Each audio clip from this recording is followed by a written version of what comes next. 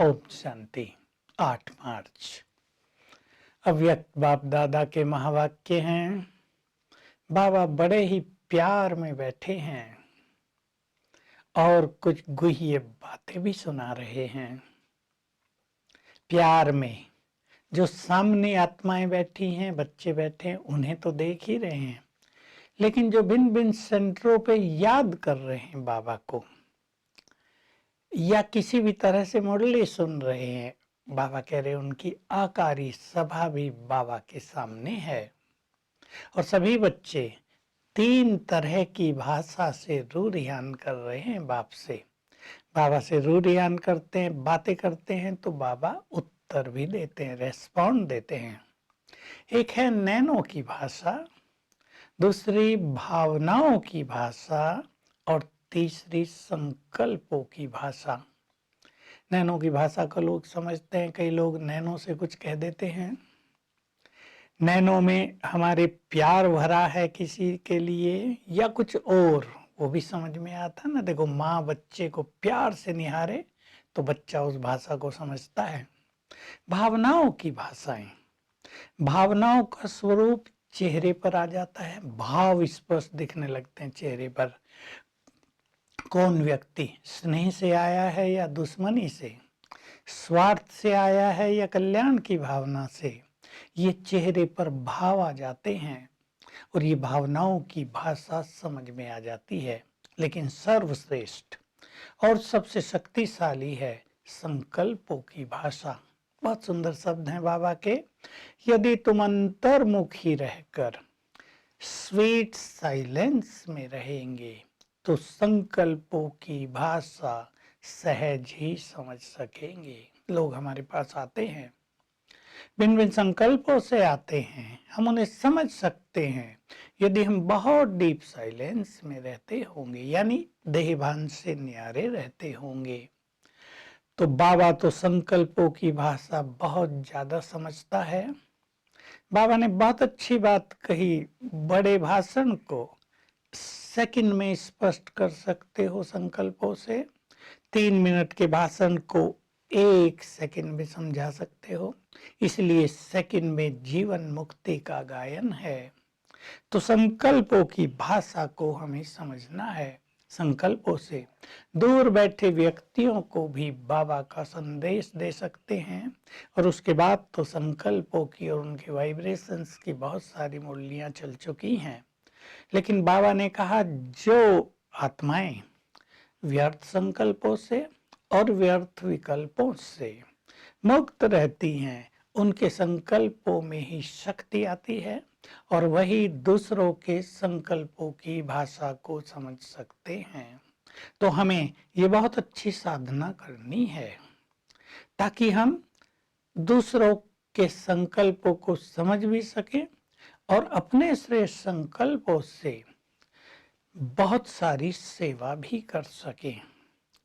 बहुत अच्छी बात आगे बाबा कह रहे हैं। बच्चे बोझ ले लेते हैं मन पर, जैसे सेवाओं में सफलता न मिली, परिवारों में परिस्थितियां आ गई या आपस में थोड़ा बहुत टकराव हो गया तो विचलित हो जाते हैं, बुद्धि को भारी कर लेते हैं, बुद्धि बोझिल हो जाती है। तो कर्म भोग जो हिसाब किताब चुकतू होने के लिए है, वो भोगना में बदल जाता है। तो बहुत अच्छी शिक्षा हम सब के लिए है, बुद्धि को डबल लाइट रखो। बुद्धि पर जो बोझ लेने का संस्कार है उसको खत्म रखो। डबल लाइट, कई बच्चे डबल बोझ ले लेते हैं। जैसे बीमारी हुई, एक बीमारी का बोझ, दूसरा व्यर्थ संकल्पों का बोझ। क्या होगा, कैसे होगा, पता नहीं, बाबा की मदद होगी या नहीं। तो डबल लाइट रहो। तो बाबा बहुत प्यार दे रहे हैं सबको।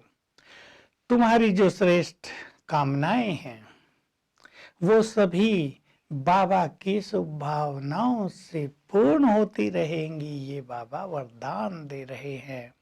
लेकिन तब जब अंतर्मुखी होकर बहुत अच्छे योग युक्त रहेंगे, बुद्धि की लाइन को बहुत क्लियर रखेंगे, तब देखिए कि लाइन क्लियर होती है तभी बातें भी हो पाती हैं टेलीफोन से भी।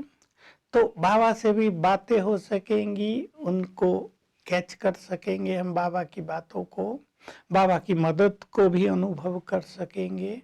तो बाबा कह रहे हैं डबल लाइट बनो, सब कुछ तेरा, ये कर दो। अब क्या करते हैं, तेरा करते करते मेरा भी कर देते हैं। बड़ी अच्छी बात बाबा ने कही। कठिन परिस्थिति आती है तो कहते हैं बाबा तुमको अर्पित, तुम जानो तुम्हारा काम जाने। और सहज होता है तो सोचते हैं मैंने किया, बाबा इस अंतर को मिटाना चाहते हैं। सभी ये गलती करते रहते हैं, भूल जाते हैं कि बाबा करन करावनहार है। सेवाओं के लिए बीच में ही बाबा ने एक बहुत सुंदर बात कह दी, जो सेवा निस्वार्थ भाव से की जाती है और सच्चे दिल से की जाती है, ध्यान देंगे दोनों बातों पर, उनकी सेवाओं पर ही साहब राजी रहता है। सेवा तो सब कर रहे हैं, पर कहीं अहम भाव है, कहीं टकराव है, कहीं स्वार्थ है, मुझे मान मिल जाए, मेरा नाम हो जाए, मुझे क्यों नहीं पूछा गया, तो बाबा तक सेवाएं पहुंचती नहीं हैं। तो सेवाओं की सफलता का भी यही आधार है, निस्वार्थ भाव से करें, सच्चे दिल से करें। फिर बाबा पार्टियों से बात कर रहे हैं और बहुत अच्छी सुंदर शिक्षा है हम सब के लिए। बच्चे बन जाओ, बालक बन जाओ, शिव बाबा के बच्चे। तो बालक मालिक बन जाएंगे, जब तक बालक नहीं बने मालिक नहीं बनेंगे। बालक यहाँ बाबा कह रहे हैं हम सभी शिव बाबा के बालक हैं, लेकिन छोटे बच्चे बन जाओ। बच्चे बन जाओगे तो माया से बच जाओगे, बच्चे बन जाओगे तो बहुत सारी परिस्थिति चिंताओं से बच जाओगे और बेफिक्र बादशाह बन जाओगे।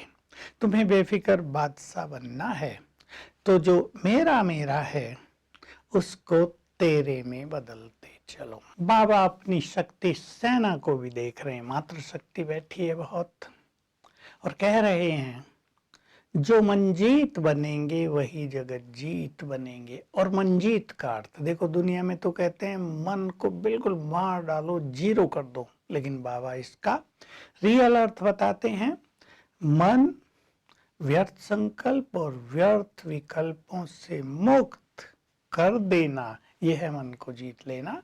इससे ही तुम जगत जीत बनोगे, विश्व की राजाई तुम्हारे हाथ में आ जाएगी। वरदान बहुत एक प्रैक्टिकल सीधी सी बात, विशेष शब्द को याद करो तो संपूर्णता के समीप पहुंच जाओगे। मैं विशेष आत्मा हूँ, मुझे विशेष कार्य ही करने हैं, विशेष कार्य के लिए निमित्त हूँ और मुझे अपनी विशेषताएं दिखानी हैं। विशेष तो मेरा बोलना भी विशेष, देखना भी विशेष, सुनना भी विशेष, कर्म भी विशेष। इस विशेष शब्द को याद रखेंगे तो संपूर्णता के समीप पहुंचते जाएंगे।